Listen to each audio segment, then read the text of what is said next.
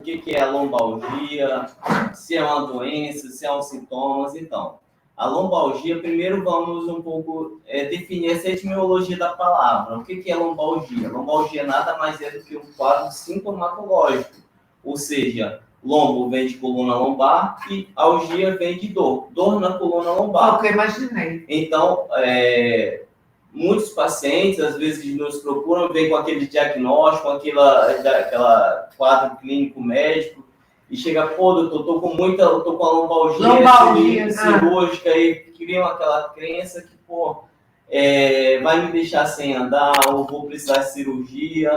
Então, a lombalgia, ela nada mais é do que um quadro, uma manifestação clínica de dor lombar. Então, o que é que pode ser essa lombalgia? O que é que pode causar a lombalgia? Então, não tem um fator causal específico hoje para se diagnosticar uma lombalgia. A lombalgia ela está muito relacionada a fatores ambientais, a fatores funcionais e a fatores metabólicos também. Existe uma infinidade de quadros que podem levar a um quadro de lombalgia. Então, assim, hoje a gente vive um momento, por exemplo, da pandemia. Pacientes que tiveram Covid, por que esses pacientes desenvolveram um quadro de dor na coluna? Muitas vezes o paciente desenvolveu um quadro de Covid que precisou ficar acamado ou no leito domiciliar ou no leito hospitalar, e esse paciente ele desenvolveu, primeiro, que é uma síndrome respiratória, como é uma síndrome circulatória também, que envolve toda a questão cardiorrespiratória. E esse paciente, o tempo que ele fica acamado, ele vem a desenvolver fraqueza muscular, déficit de mobilidade. Verdade. Então, tudo isso é um fator preditivo para que esses pacientes venham a desenvolver um quadro de dor. Não só dor na coluna lombar, mas aquela dor sistêmica, que muitas vezes envolve todo o aparelho locomotor. Sim. São as articulações de joelho, coluna. Então, assim, trazendo para a atualidade, hoje, assim, o Covid trouxe muitas essas questões de alterações ortopédicas dos pacientes. É verdade. E, por outro lado, a gente também tem o trabalho home office, né? Então, assim, ficar sentado isso agravou muito as pessoas que tinham a predisposição a ter um quadro de dor de coluna, e esse trabalho levou a que essas pessoas desenvolvessem uma longa jornada de trabalho, muitas vezes sentados, sem poder fazer uma atividade física, porque gerou uma restrição social a questão do Covid. Então, a pessoa que tinha um problema de coluna, que poderia fazer uma caminhada, uma atividade física, ele acabou ficando restrito no leito domiciliar. E aí, a pessoa não conseguia nem fazer um tratamento para esse quadro de dor na coluna. E também o que envolve também essa questão da lombalgia é que muitos pacientes eles desenvolvem uma crença sobre a dor lombar, entendeu? Eles acreditam que a dor lombar ela esteja específica relacionada a uma lesão. E muitas vezes ela não tem um mecanismo de lesão direto, entendeu?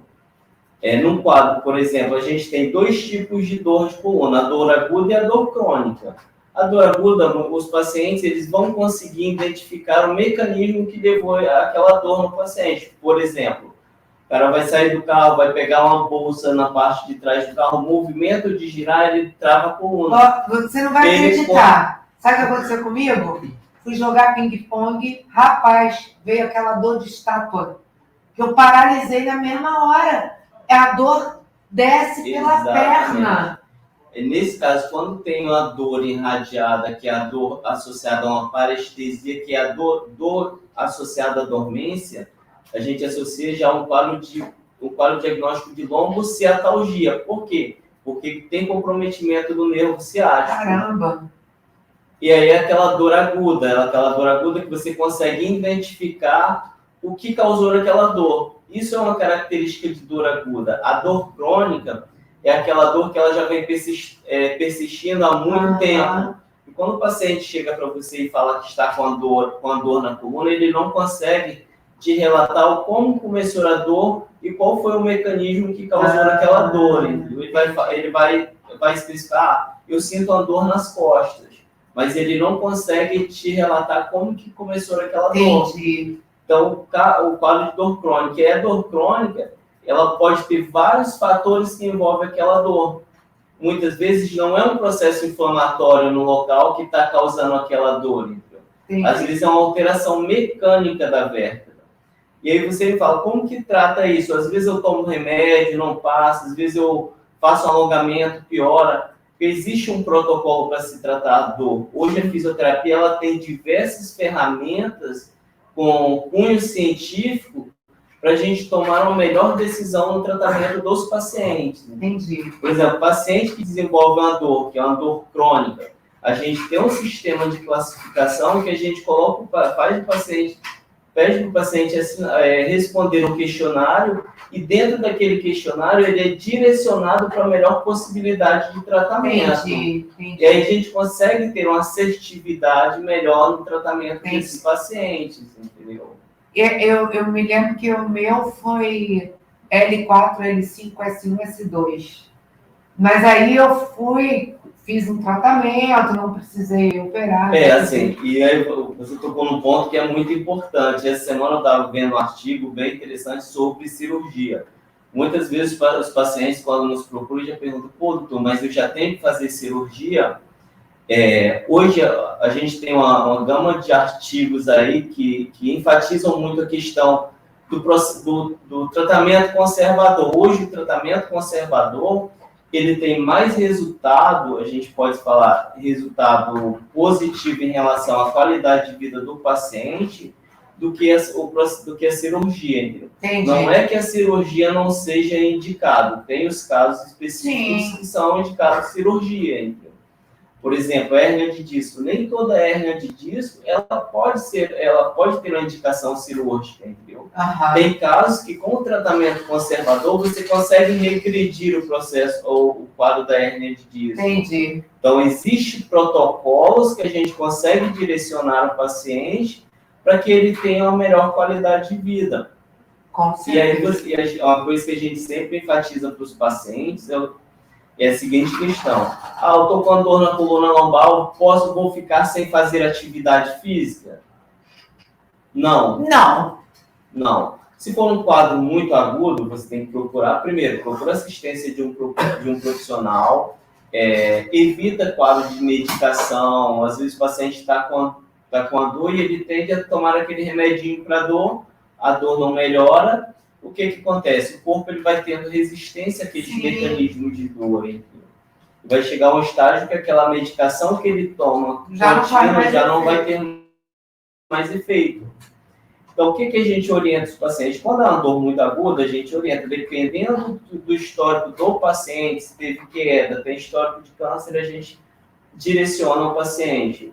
Se for um quadro de dor crônica, qual as orientações que a gente sempre dá para o paciente? Não restringir a atividade física, tá? Mas tudo isso eu acho, Pedro, com orientação. Com orientação, por quê? A atividade física de leve a moderado, ela não tem contraindicação para o paciente que tem uma hérnia de disco, que tem uma lombalgia, tudo isso ela tem que ter uma prescrição de um profissional, uma orientação. Por quê? Porque muitas vezes o paciente ele não tem essa educação da saúde. O que é uma hérnia de disco? O que isso pode causar? Sim. Se ele tem essa restrição de fazer as atividades, porque muitas vezes o paciente, quando ele procura um profissional, seja lá médico, fisioterapeuta, psicólogo, pelo caso da dor, ele desenvolve um quadro de ansiedade, limitação funcional. Verdade. E aí ele acha que a restrição do movimento vai melhorar o quadro de dor desse paciente. E nem sempre, entendeu? E eu conversei aqui com o Dr. Pedro. Eu não vou nem falar, porque maravilhoso. Vamos dar o seu Instagram? Meu Instagram é Dr. Pedro Roniqueile. Esse Roniqueile escreve como? Com CH? Não. R-O-N-I-K-E-I-L-I. Então, gente, é facílimo, Roniqueile. Por favor, meu WhatsApp. Só tem ele, né? Só tem você. Se você digitar no Google ou no Instagram... Só vai aparecer você, então não tem erro.